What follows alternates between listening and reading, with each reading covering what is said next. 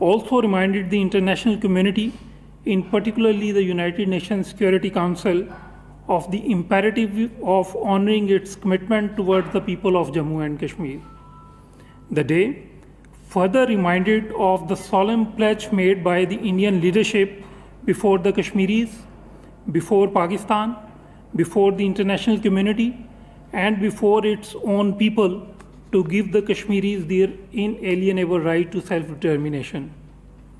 While speaking to the Indian nation over All India Radio in November 1947, Pandit Jawaharlal Nehru said, I quote, "We have declared that the fate of Kashmir is ultimately to be decided by the people. That pledge we have given, and the Maharaja has supported it not only to the people of Kashmir, but the world. We will not and cannot back out of it."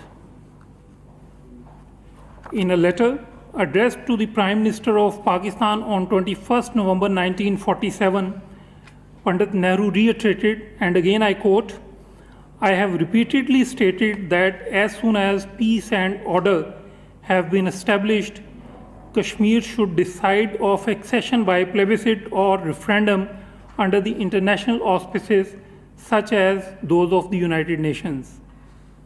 In another statement, Nehru reiterated India's commitment to the Kashmir cause, stating, and I quote, "We have always, right from the beginning, accepted the idea of Kashmiri people deciding their fate by referendum or plebiscite. In fact, this was our proposal long before the United Nations came into the picture." Later, while taking part in a debate on Kashmir in the 765th meeting of the Security Council on 24th of January 1957, the Indian representative, Mr. Krishna Menon, said, and I quote, "There is nothing that has been said on behalf of the Government of India which in the slightest degree indicates that the Government of India or the Union of India will dishonor any international obligations it has undertaken." Regrettably, India blatantly backed out of its commitments, flagrantly dishonored its international obligations, and deliberately violated international law during the last 7 decades. In their messages on the Kashmiris' right to self-determination day, the President, the Prime Minister, and the Foreign Minister of Pakistan highlighted the grave human rights violations in Indian illegally occupied Jammu and Kashmir and urged the international community to ensure that perpetrators of these heinous crimes against humanity are held accountable. They reaffirmed Pakistan's steadfast support for the Kashmiri people till the realization of their inalienable right to self-determination. Pakistan has approached the United Nations Secretary General, the UN High Commissioner for Human Rights, and the European Union to seek immediate release of Kashmiri human rights activist and political leader Ms. Asia Andrabi, who remains incarcerated in infamous Indian Tihar jail. It has been highlighted that Ms. Andrabi's life is in danger owing to imminent risk of persecutory conviction by a sham court on 18th of January 2021. The Indian authorities have put Ms. Andrabi on trial on trumped-up charges, deliberately accelerated the trial, and set aside due process of law, reflecting malicious intent with clear indications of looming judicial murder of Ms. Andrabi. India's blatant attempts to portray the legitimate Kashmiri struggle as terrorism and to persecute its leaders through concocted cases is a clear violation of the UN Charter, UN Security Council and UN General Assembly resolutions, and international human rights and humanitarian law. Voices from around the world continue to condemn inhuman oppression of the Kashmiri people and illegal and inhuman incarceration of the Kashmiri leadership, particularly Ms. Asia Andrabi. Pakistan welcomes the statement by the Independent Permanent Human Rights Commission of the Organization of Islamic Cooperation. The statement strongly condemns the illegal and inhuman incarceration of Ms. Andrabi and her two female associates in Tihar jail on concocted and baseless charges. The Commission has urged the United Nations, the OIC member states, and the international human rights community to put pressure on the Indian government to immediately release Ms. Andrabi and her associates and all other political prisoners, repeal its discriminatory laws which are incompatible with human rights standards, and immediately halt its gross and systematic human rights violations, provide access to UN and OIC fact-finding missions, and cooperate in the establishment of a commission of inquiry under the UN auspices, and implement relevant UN Security Council and OIC resolutions allowing Kashmiris to exercise their legitimate right to self-determination. The Malaysian Consultative Council of Islamic Organization, called MEPIM, has also strongly condemned worsening human rights violations, extrajudicial killings, illegal demographic change, inhuman incarceration of Kashmiri leaders, particularly Ms. Andrabi and her associates. Pakistan categorically rejects completely unwarranted assertions by the Indian Ministry of External Affairs in connection with the Hindu temple incident in Karak. This is not the first time the Indian government has tried to feign concern for minority rights elsewhere while being the most egregious and persistent violator of minority rights itself. From the Discriminatory Citizenship Amendment Act to the National Register of Citizens, from the Gujarat massacre of 2002 to the Delhi pogrom of 2020, from the demographic reprehensible demolition of Babri Mosque in 1992 to the despicable acquittal of the accused by the Indian court in 2020, from blaming Muslims for spreading coronavirus to the banning of interfaith marriages, from cow vigilantism and mob lynchings to terming the Muslims of West Bengal termites and threatening to throw them into the Bay of Bengal, from extrajudicial killings of innocent Kashmiris to the blatant attempts to turn Muslims into a minority in Indian illegally occupied Jammu and Kashmir through distribution of fake domicile certificates.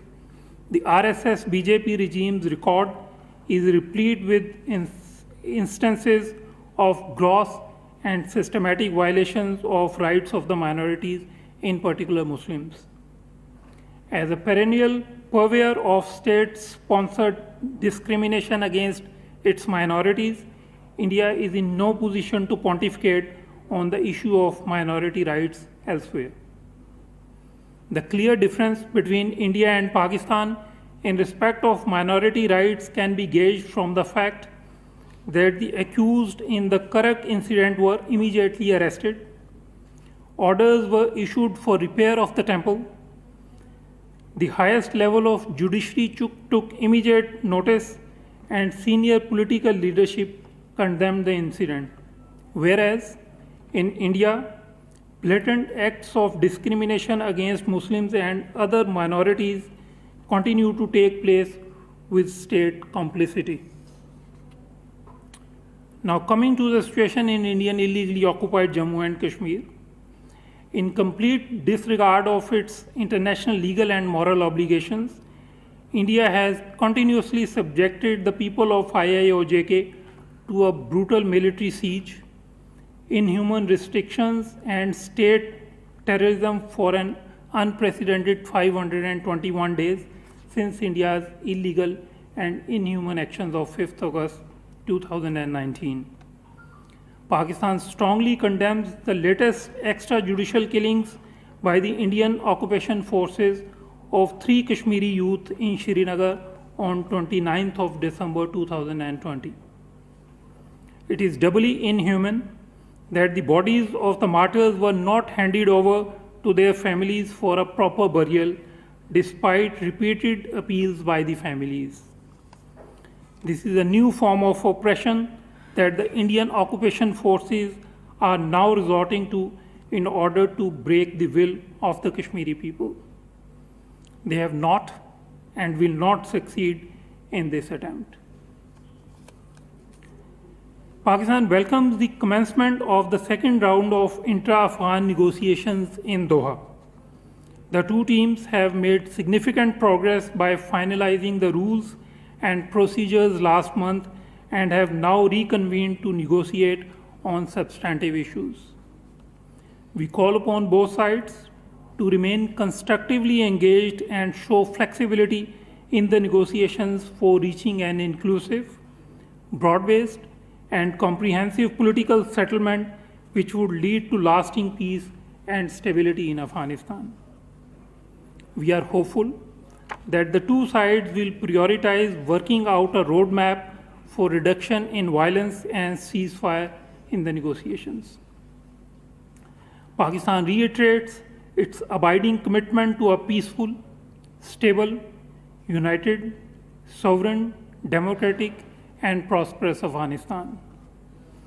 Pakistan welcomes the decision by the Kingdom of Saudi Arabia and the State of Qatar to reopen the land, air, and sea borders between the two countries. We also appreciate other steps being taken by the countries of the Gulf Cooperation Council, which will contribute to resolution of outstanding issues between the countries of the organization persisting for almost 4 years now. Pakistan lauds the positive role played by the Amir of Kuwait towards the resolution of differences between the countries of the GCC. Pakistan continues to accord high importance to its relations with GCC as well as its member states. The President of the National Assembly of the Republic of Djibouti, accompanied by a 12-member parliamentary delegation, visited Pakistan from 28 December to 3rd of January 2021. During the visit, the delegation called on the Prime Minister, the President, the Chairman Senate, the Speaker of the National Assembly, and other dignitaries. In his meeting, Prime Minister Imran Khan underlined the salience of Pakistan's Engage Africa policy, which aims at forging closer ties with the continent by expanding Pakistan's diplomatic footprint and deepening economic engagement with the countries in Africa. As part of his long-term focus on economic diplomacy and Engage Africa initiative, Foreign Minister Makhdoom Shah Mahmood Qureshi chaired a virtual envoys meeting with Pakistan's heads of mission in Africa.